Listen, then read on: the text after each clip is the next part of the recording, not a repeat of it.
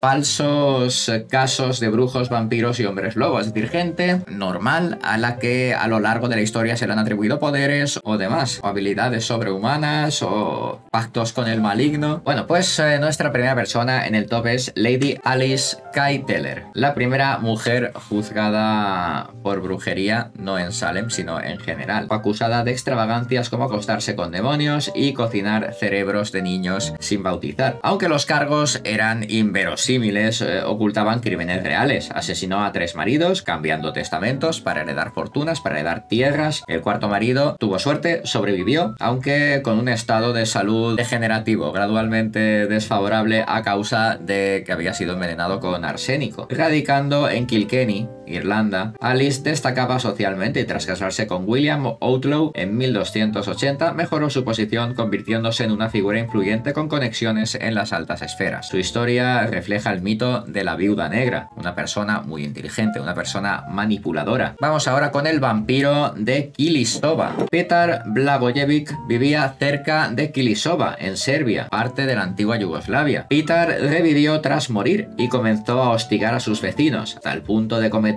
9 asesinatos en un periodo de una semana. Todas las víctimas fueron encontradas en sus hogares, camas con restos de sangre, con las gargantas abiertas. Además, su esposa afirmó que él la había visitado y le pidió sus zapatos. Luego ella se mudó a otro pueblo pues para protegerse por razones de seguridad. En otras variantes de la leyenda se dice que él regresó a su casa exigiendo comida a su hijo, y cuando su hijo se negó, Blagojevic lo asesinó brutalmente, probablemente mordiéndole el cuello y bebiendo su sangre. En Pench, los aldeanos, temerosos de un supuesto vampiro, decidieron exhumar el cuerpo de Johannes Cuntius para buscar signos de no descomposición. Exigieron que el sacerdote local, Veliko Gradiste y Frombald, representante de la administración, estuvieran presentes. Al encontrar las características asociadas con vampiros, como el cuerpo sin descomponer, el cabello y la barba intactos y piel y uñas, la comunidad clavó una estaca en el corazón del cadáver, provocando una sorprendente salida de sangre a presión completamente fresca. Finalmente el cuerpo fue quemado. Esto, podría decir que es una historia de campamento, fue publicado en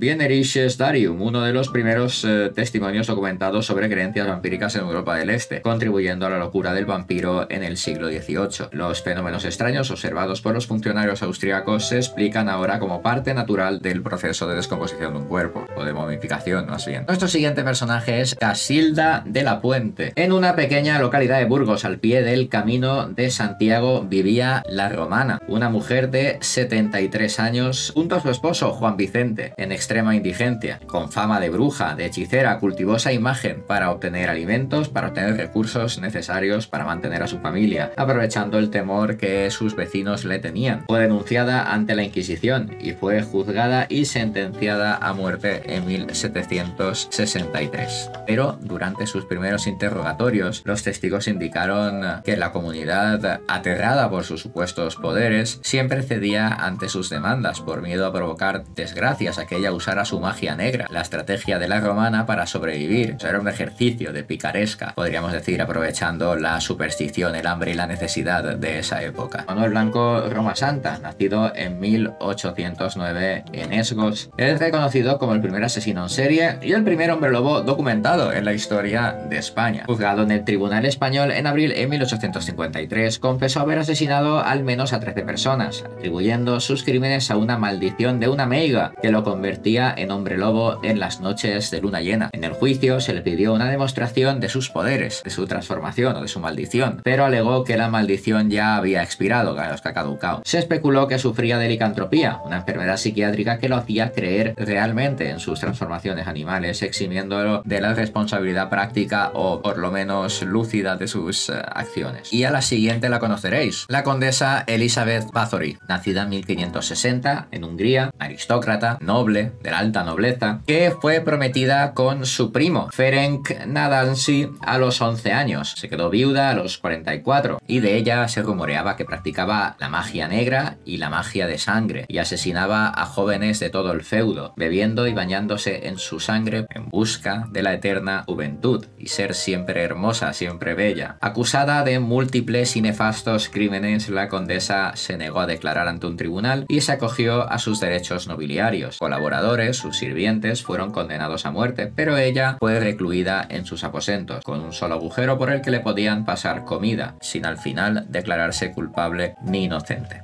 Y antes hemos mencionado de pasada a Johannes Cuntius, y vamos a hablar de él. En el siglo XVI, en la región de Silesia, en Europa nororiental, Johannes Cuntius, de la ciudad de Pécs, la misma ciudad que hemos mencionado antes, vivió una historia bastante peculiar, como si no fuera bastante con el vampiro que ya tenían. Después de que Johannes muriera a causa de la coz de un caballo, su hijo presenció la aparición de un gato negro que arañó la cara del difunto justo en el momento de su muerte. Ya es tener mala suerte, qué mala hostia. Esta extraña conexión entre la muerte, la superstición de los gatos negros, la mala suerte, fue como un mal presagio para los habitantes locales. Al detectarse unas manchas de sangre en la tela que cubría su tumba, los lugareños se alarmaron y se informó también de ruidos extraños en la propiedad de Johannes. Aparecía ganado muerto sin una sola gota de sangre, como seco, como si lo hubieran succionado, y una mujer que había tenido